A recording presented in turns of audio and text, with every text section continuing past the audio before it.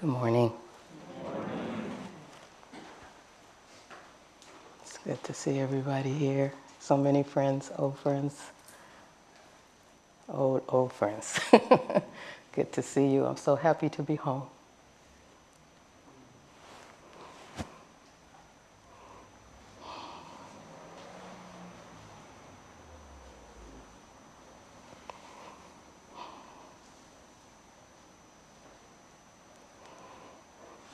I knew this would be a hard day for me. And this is just where I am right now, right in this. So many things have supported my life here at the city center. This is where I was trained. I walked in those doors in 2000.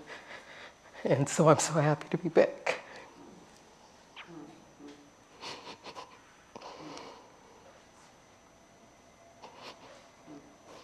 Some people are missing, but there's so many beautiful new people here.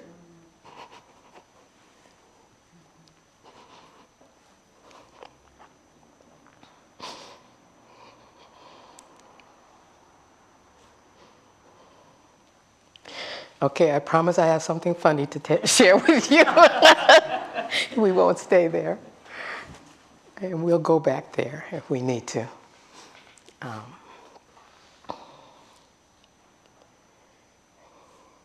I want to tell you a funny story. We'll start there. It's a short one. So, as a child, I used to hang out in the kitchen with my mother all the time. And she would be cooking a lot of my favorite things. Of course, everything was my favorite thing because I really liked food. Thought I was going to be a chef. I started collecting books when I was 10 or 11 cookbooks at 10 and 11 years old. International cookbooks, all right, so really reaching. And so I would watch her cook and sit there. Mainly, I was a bit greedy, actually. I wanted her to hurry up so we could eat. I was always wanting to eat and eat good food. And so I learned how to cook that way, actually. That's how I learned how to cook. And she was surprised, like, how did you learn how to make beans and smothered chicken? And, like I was sitting right there hovering over the stove. And so I think she was very happy that I did learn how to cook. So.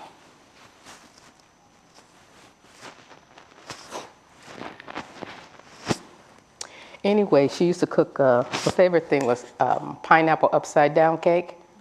How many people have had that one? All right, quite a few.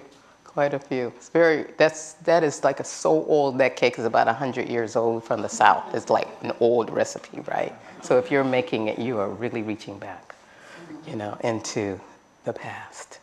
So I thought she was making it that day, or at least, it's like, oh God, I can tell we're gonna have that cake, pineapple upside down cake. And I could hear her mixing in the kitchen, and I was like, I'm watching TV, I'm getting all anxious and ready for this cake. And usually when she made cake, she would leave some of the batter in the bowl for me, just me, not my sisters. I had 2 sisters, just me. I don't know if they even knew about it, still to this day. So sis, sorry. But I would be waiting to, lick the bowl or, scrape it up. And I knew sometimes she would leave a little extra because it was just a little bit too much left. But I was happy with that and scrape it up, and I would eat it and I would be happy. So I'm waiting for that moment for her to call me in and come get, the rest of the batter. So time's going by, I don't hear any, nothing happening in the kitchen. And she hasn't called me in. I was like, what is going on? This is like, something's happened. And so I waited, and I said, let me go in the kitchen and find out what's going on. So I went into the kitchen. No, Mom, she's not even in there. And there's the bowl sitting there. I said, I wonder why she didn't call me, to come get my treat. And so I said, oh, never mind, I'll get it myself. And so I got a spoon, and I got the bowl, and I scraped it really good. I got a big, because there was a lot left as usual. Stuffed it in my mouth, and it's like, this is not cake.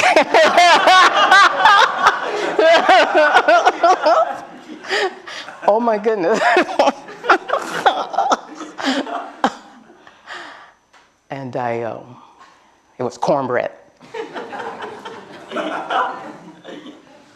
Cornbread. Never forget how cornbread tastes without cooking it, I was very disappointed.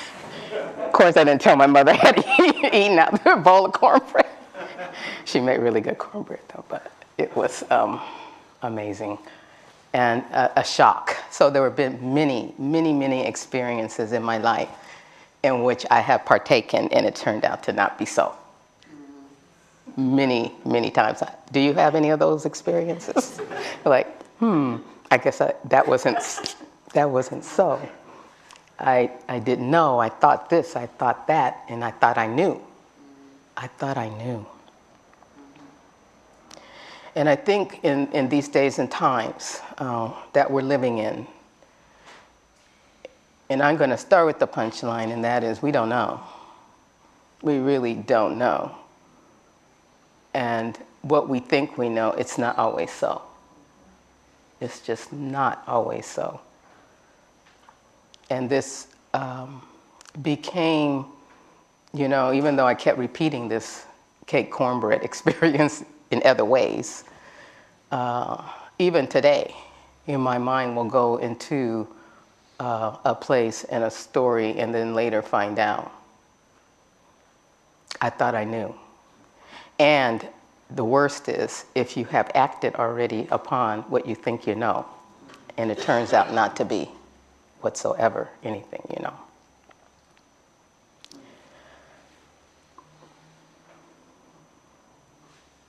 So one of my favorite books is Not Always So by Suzuki Roshi. Actually, it was edited by, I think it was Edward Brown. And this is a very good collection of talks by Suzuki Roshi, who was was the visionary of the San Francisco Zen Center. I wasn't here at that time. I'm old, but I wasn't here then. Anyway, when I first started reading Suzuki Roshi, I didn't understand anything, a word they said. Really, I would read it and go, this doesn't make any sense to me. And but I kept coming, I kept reading, and I kept sitting. And then eventually, after a few practice periods in sesshin, I began to open to try to at least see what everyone was excited about, because I wasn't excited about it at all, because guess what? I already knew. I already know everything. I actually came from a whole nother Buddhist tradition that I have been in for 15 years. I already know. I know Buddhism. I know the Dharma. So what are you talking about? I don't know. Is this true? So I began to read, kept reading and kept sitting. So I think in today's world, there's a lot of knowing, and I want you to hold on to that for a minute, about what you think you know. And I'm going to read to you this little part that I like. Actually, Suzuki Roshi is quoting Dogen Zenji, who founded Soto Zen. And this is, there's a lot of places in this book that really speaks to, this is a good title for the book. Not always so. As a writer, I'm always looking for good titles. But if you need a good title, call me.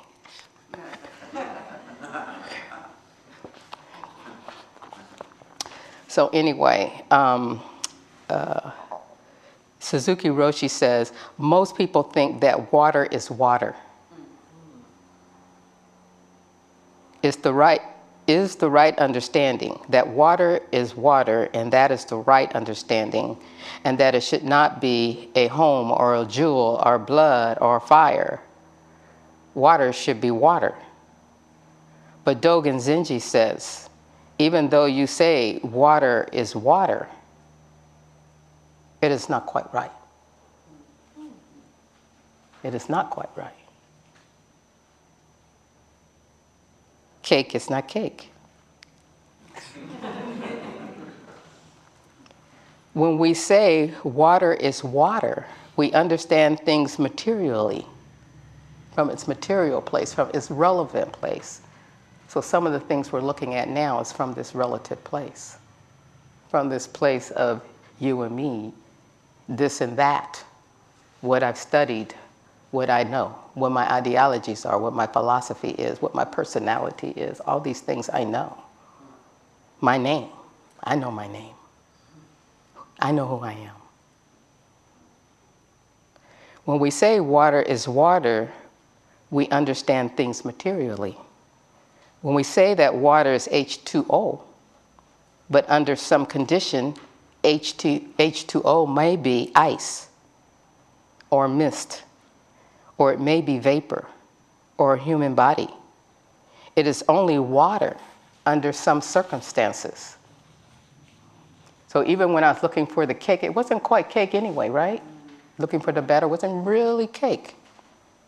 For some convenience, we may tentatively say that water is water, but we should appreciate water in its true sense. Water is more than just water. Water is more than just water. That's page 95 to 96, bottom of 95. So I thought to talk a little bit about the suffering that has always gone on since the beginning of human beings have come into the planet. Whichever way it happened first, I don't know. Maybe we flew down from somewhere and made a planet, I don't know. But remember, not always so. So we have a lot of situations in how do we talk about politics? How do we talk about suffering? How do we talk about spiritual? How do we talk about anything in a way that that is going to move us in a place that, or not move us, help us to be with where we are? How are we going to be with where we are? And some people would say, oh, no, don't bother with politics, And sometimes I definitely feel that way. And then there's politics still. And there was a question asked while I was at Green Gulch, is why is anybody here talking about what's going on? Like directly in the world, And my mind didn't ask me. Someone said someone asked them, and I kept the question for myself. And I said, oh, well, because that's politics. And then I was like, well, that's not a good enough answer. So what are you saying, Zenju? And then I said, well, there's a politics, I like to explore these things. There's a politics that goes unexamined. A politics in which we already think we know. And there's no other side to it. It's just this and it's just that. There could be nothing else possible. Until something else possible shows up. Like the beautiful new Welcome Center. That was not possible, probably at one time, in the minds of the people who lived here, who began Zen Center. So I said, so an unexamined politics, an unexamined you, an unexamined practice, an unexamined life is going to keep you in that place of knowing and in the certainty. Of course, we're driven right now by our suffering. We feel we want to do something. We want to do something about it. What shall I do? What shall I do? Many, many people asking that.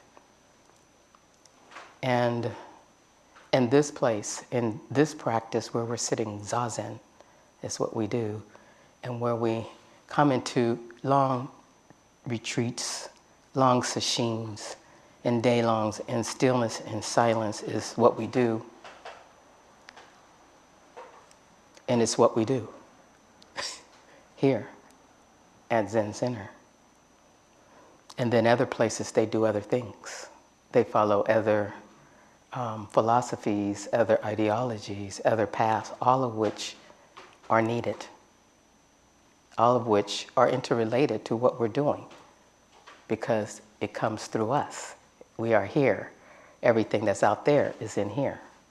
How many people thought it would be different when they came here, that it wouldn't be nothing at all that's happening in the world would ever be inside a Zen Center? Ever. And then you come in, it's like, And it doesn't have to be politics. You could come in and go, oh no, that person's just like my father. Oh no, she reminds me of my sister.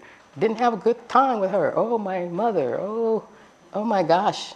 Oh no, don't think I want to do that much work. I've been working too long. What's happening here? You know, all kinds of things will come up because you're coming from that place, that place where water is water and only is water, water, rather than this place of allowing something else to be possible. I really believe, and I want to call our attention to and invite us into the discovery of these times. And I know there's pain, because I have it. I can feel it. I know there is hatred, and I can feel it. I experience it and been experiencing it all my life. I mean, someone even asked me, how is it that you can do a talk or be in a place not knowing who's out there in the space that don't like you, or, you know, and my mind would think, oh yeah, that's possible. How do I do it? How do I do this? I do it because I've examined my own hatred. I have to examine my own hatred. They're mirroring mine. And the first hatred I want to stop is the one that's here. Because I can't help anybody until I know that. So many, many great teachers have come driven by their suffering, have become great teachers. Dalai Lama, because of the suffering he felt of his people. Thich Nhat Hanh, the suffering he felt of his people. I was in the Soka Gakkai Nichiren tradition for 15 years, and the people who came here lost their spouses and their families in World War II, and they were suffering people, and they thought to come here and help people in despair, and therefore went to communities of despair, and ended up with probably the most diverse tradition of Buddhism in the world, because they went to the people who were in despair. I was actually invited to Buddhism at 11 years old in a shopping mall. I didn't know what it was, but I did. It went in there somewhere.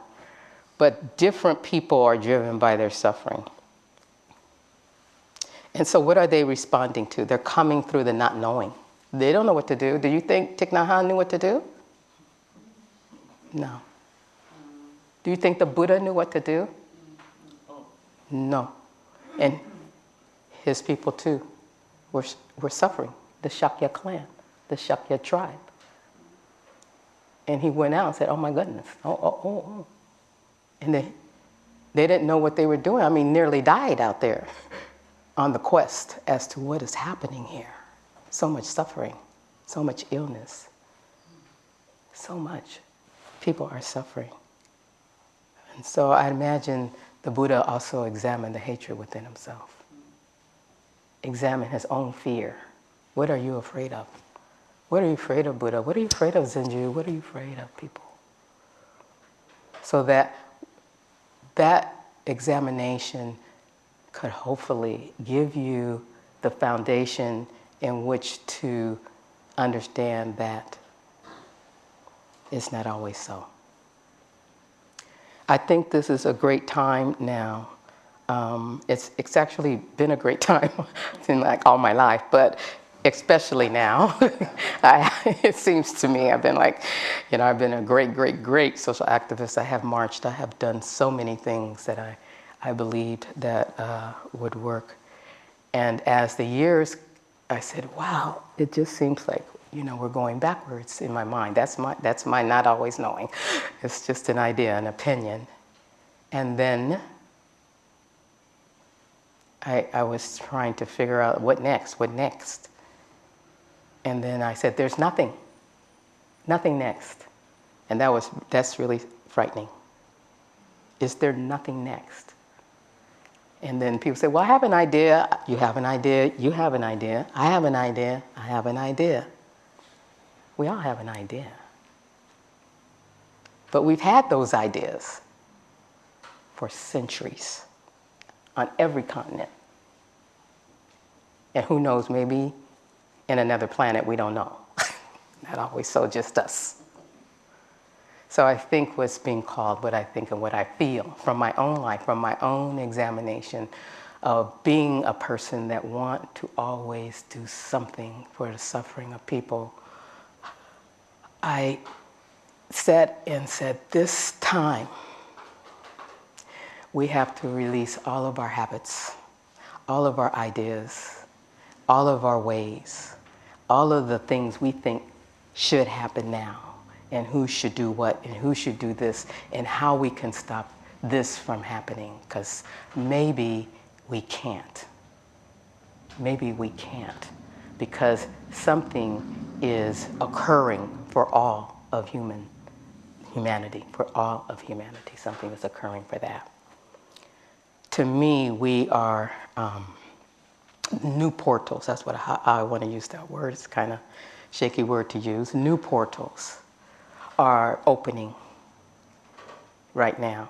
New portals are opening for us to discover. It's for us to discover something that is always unfolding and always endless. How many here know the Dharma? It's endless. And when Dogen said, forget the self, study the self, forget the self, meant to stop getting it. Stop trying to get it, the Dharma. Don't get it. That's forgetting it. It didn't mean go have an amnesia about who you are, what you do, but to be open, to allow new portals. And I've said this for a very long time. If we could just pause for a moment to see what would come in that's different. Not all of us will pause for the unfolding, to discover the unfolding.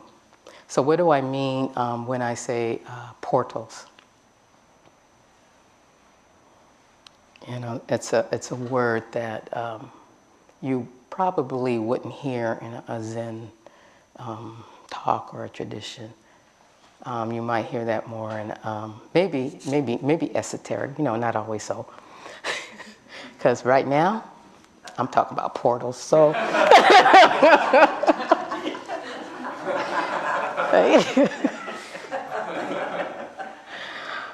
What portals is she talking about? It is almost Halloween, so. By the way, that's my birthday. Halloween. So do I speak from my birthday being on Halloween? I love being Halloween, baby. Maybe, maybe it's because I was born on Halloween. But the portals I'm talking about is the one you just saw when I first sat down. I didn't mean to demonstrate it. But the portals I'm talking about is right here. It's our hearts. It's our tenderness. I was named Zenju because that was my work. Still my work. It will be my work until I leave. Total tenderness, complete tenderness, Zenju. That's what Zenju meant. And my teacher gave it to me because she knew that's what I needed. And I said, how in the world? And I'm going to be tender And this craziness, the things I have to deal with, the pain and the suffering and and she'd probably just smile, right? Like, God's renamed her. Right name, And I didn't use it because it just felt like it was trying to push me into some kind of niceness or something weird, that I wasn't,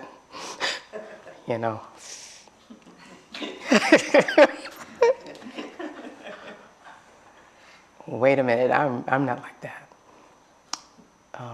Finally, a medium found out that I had this name and asked me to use the name, Zenju. And I said, okay, I will.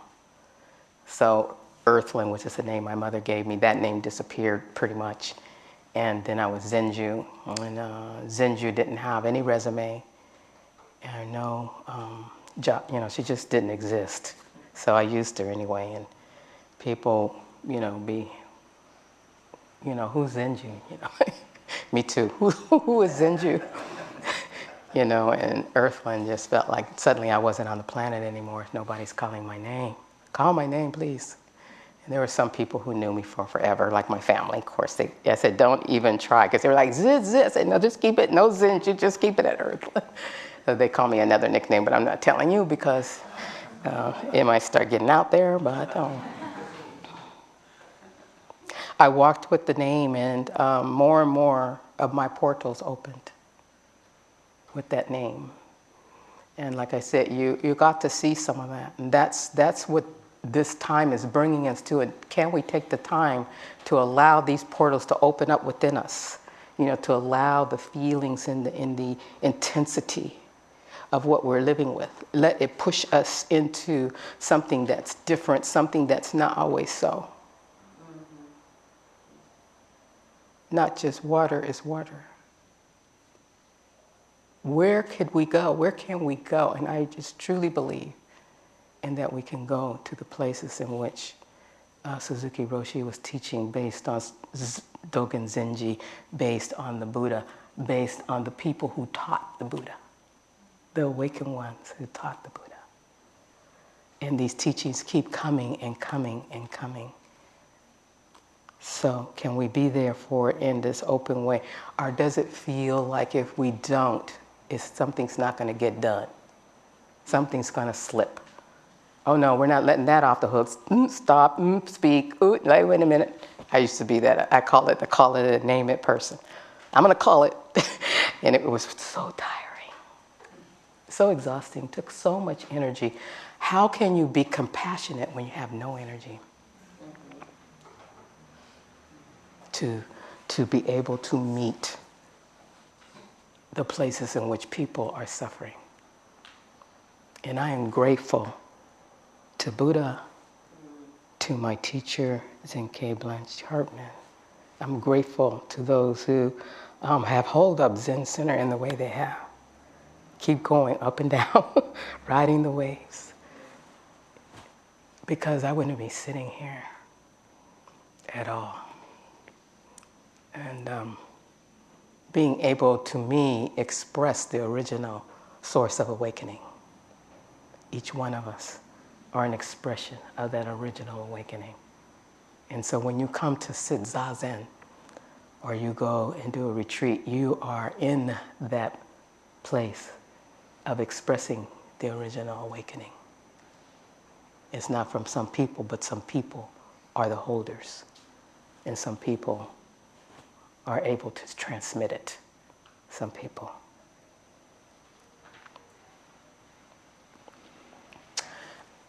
I want to say a little bit about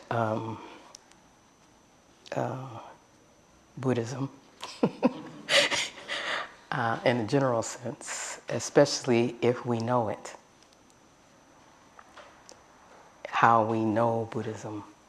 Like I said, I thought I knew Buddhism. And the more I didn't know anything, which happens when you're on this path, you just keep going out into the meadow, So I took my lay vows, the blue robe, Jukai, out into the meadow I went. And then I got ordained. I got out into the meadow again, and then Dharma transmission. And when I was way out there. To me, Dharma transmission was like, woof, there is absolutely nothing out here. Nothing. Oh my God. What have I done? Oh my gosh. What have you done? Nothing, thank goodness. Thank goodness you have done nothing. So some of the mistakes we made sometimes, the mistakes are okay. There's nothing wrong with mistakes, but I would say maybe some confusion sometimes when we're not practicing as long, or we come in from the outside like I did. So some of the things I've noticed, and this is from my experience as a teacher and talking to many students. I've been Dharma transmitted now for 8 years, which is a very short amount of time compared to some of the teachers that are here. So one of the things I notice when I'm talking to some of the students at every Zen center across the country is niceness for kindness. Niceness for kindness. Because I know how to be nice, whatever that is. And I think I know how to be kind. Not always so. Not always so. Because what's kind to you may not be kind to somebody else. Maybe an intrusion. And you're like, oh, that's interesting. Forgiveness for love. If I forgive you, then you know I love you. Not always so. Compassion for peace. If I'm compassionate and my acts are compassionate, there will be peace. Where's your compassion coming from? I know for myself, it only can come from my own experience of having compassion for where I am. Actually, when I am at my worst, I am most compassionate. So when I am at my worst, I must pause and stop and allow that portal to open so that I can experience compassion. And then that way, not that I would transmit it or do anything, take action. It would just transmit by me being a human being next to another human being. Right now, each one of you are transmitting to the person next to you, to me. You're all transmitting to me. And as a seer, sometimes it's overwhelming. You know, when I could be here all day to speak to all the hearts that I see and know and feel. And I intentionally have opened my heart to feel it, and it's overwhelming sometimes. And so, but I'm good with it now. It used to be very frightening. But I can feel you, and I'm here to do that. I continued, after I got Dharma transmission, I did call up and ask to be disrobed. I've been telling people that. Finally, repentance. And because I was afraid of what it meant. And I didn't want people to think I thought I was somebody, or to come to me like I think I'm somebody, or any of those things. And then I realized, okay, that's your mind talking to you. Because after my first Jukai that I did with 3 of some of my long-term students, I cried through the whole thing, trying to, will you remain a Buddha, to keep the precepts until you reach Buddhahood? You know, just crying through the whole thing. And then I realized that, that's why I have to keep this robe, so that I can stand at the gateway. And I've said this many times, at the gateway of liberation. Has nothing to do with me writing, talking, none of this. It's just that. And I here right now today at the gateway for the liberation for all of us and for the entire world. And to create this kind of a movement that we're afraid to actually have, because it doesn't quite look like it's active enough. But for this kind of movement in which we are transmitting and expressing the original source of awakening in this moment, by even just walking in here. Silence for equanimity. That's another one. If I just keep quiet, it'll seem like I'm on both sides. Did you say something? Nope. That person. Interesting. Silence. Oh, that person has a lot of very equanimous. But have they said anything? I don't know. We don't know. Not always so. Stillness for accomplishment. I got it. Ouch, I got it. I got this. I got it. Oh God, hurry up, I got it. Leaving. Not always so. Stillness is not always. You're accomplishing. Purpose for achievement. I need to know my purpose so I can achieve that purpose. I need to know my purpose. I used to think that. There's no purpose. But there is being right here. There is being and showing up for whatever there is.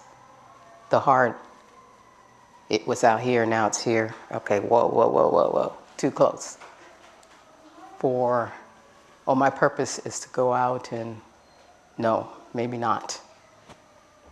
So these things are important.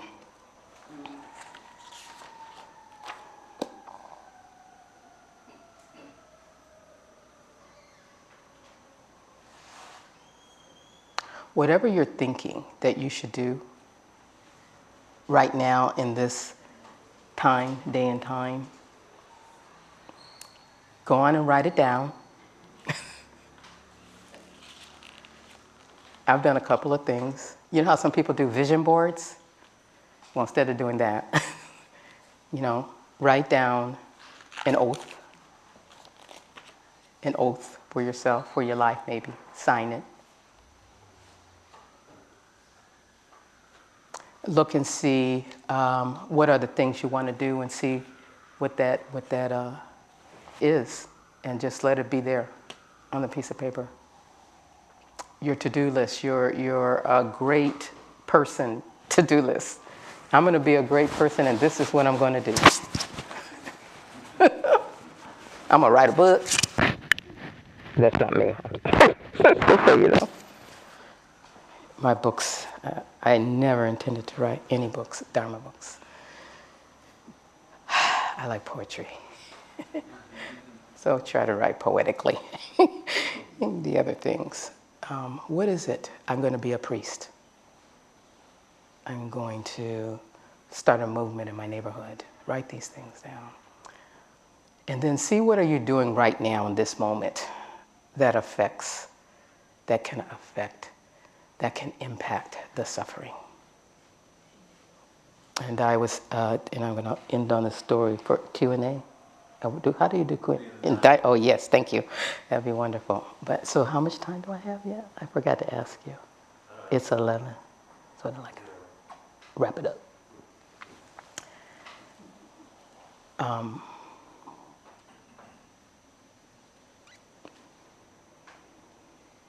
I was riding in a truck with a friend, very close friend, and I was in New Mexico. And she was very nervous. And, she said, now she's taking me to urgent care, which is kind of one of my favorite places, I guess, these days as I get older. And she's driving, and, I said, she says, they're on my block. They're taking people, they have my niece, for immigration, ICE is taking my niece. They're on my block. And I was in the car, and I could feel my head get tight, like really tight. And my body, my heart started pounding really fast. And I just looked at her and I said, And I told this story, I think, in another talk. But I did offer myself, and I was surprised. I said, if, we get stopped, I'm going with you. I said, I'm going. She looked. I was like, keep your eyes on the road. She was like, I'm going with you. And that was all I could give her. And that was a big, big revolution for me, a radical movement, and not knowing where I would go, where she would go, or what would happen at all. I just knew that I was really to show up in that vortex because the portal is open. And because it is, are we afraid of it? Are we afraid not to speak the ways in which we used to speak? When I first came to Zen Center, like I said, I was an activist. I was a Pan-Africanist. And after a while, I would hear some political talk by people. And then I was like, well, what I'm doing here, I already know that. And then I said, I want to do something. And then after about maybe 5 years, I said to myself, if you leave here or continue to stay here and you're still talking like you were when you first came in, then I think you can go now. And I offered myself to go, to leave, to actually not do the practice. Because part of me knew, right? I know all about things. But then I said, there must be something. And lo and behold, not that I don't talk about politics, but I do have a complete, not always so, all the time. Even when I'm writing, very difficult to write from a new place of being, from a new openness, from a portal that I don't even know. I don't know what's going to come out of me, what I will do all the time. And that's nerve-wracking because I need to know. And then I don't. It's hard, it's difficult. So we're in difficult times, and I'm inviting us to be in the portal of tenderness. And to not always so. I know you and I don't. And I love you.